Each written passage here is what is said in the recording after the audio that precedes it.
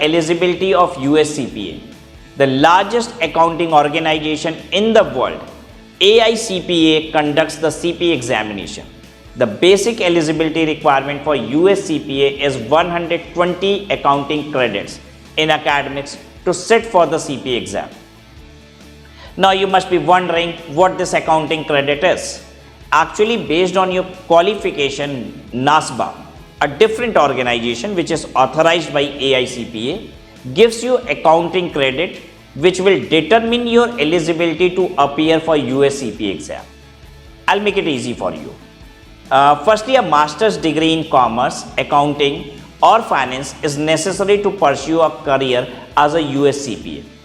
It is a highly specialized field that requires a deep understanding of financial statements, taxation laws and accounting principles. Secondly, an aspirant need 120 credits to take the US CPA exam and 150 credit to get their CPA license. Right, that means 150 credit for being member. It is crucial to keep in mind that 1 year of university education in India is equal to 30 credits for US education. Therefore, to fulfill the educational requirement, you need to ensure that you have enough credit to take the exam and get your CPA license.